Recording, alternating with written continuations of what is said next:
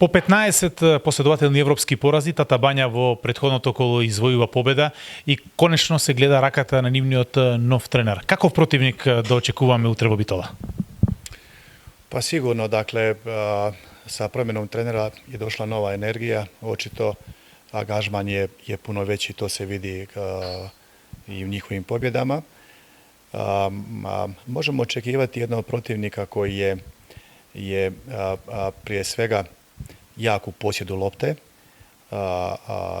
dugo igraju u napadu, strpljivo, jaka vanjska linija koja već duže vremena igra zajedno.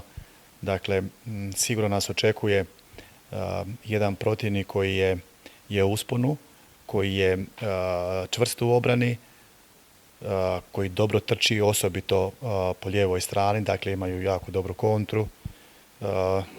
Mogao bi reći jedna tipična europska momčad koja ima glavu i rep, ima dobru organizaciju, ima dobar posjed lopte, ima čvrstoću kad je potrebno, ima dobru tranziciju, dobre golmane, odličnog trenera i kolega prije Matić je odličan trener, samo vrlo vjerojatno poslije 7 godina je došlo malo do zasićenja.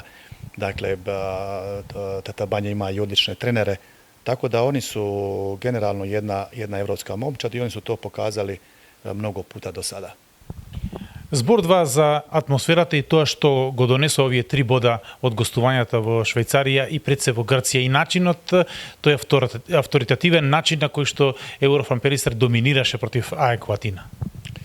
Pa vrlo vjerojatno smo mi u jednom dobrom momentu, zdravi smo, igrači imaju veliku želju, posvećeni su, jako dobro fokusirani su i sigurno da u sportu postoje trenuci dobrog performansa, dobre forme i momenti kad jednostavno isto trenirate, isto radite, međutim izostanu rezultati.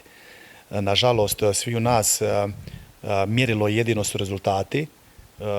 Znam po sebi, a i po drugim kolegama, mi uvijek isto radimo, međutim nekad ispadne dobro, nekad ne bude. Dakle, ta dnevna forma, taj dnevni performans, forma, povrede, ozračje jako utječe na konačan rezultat.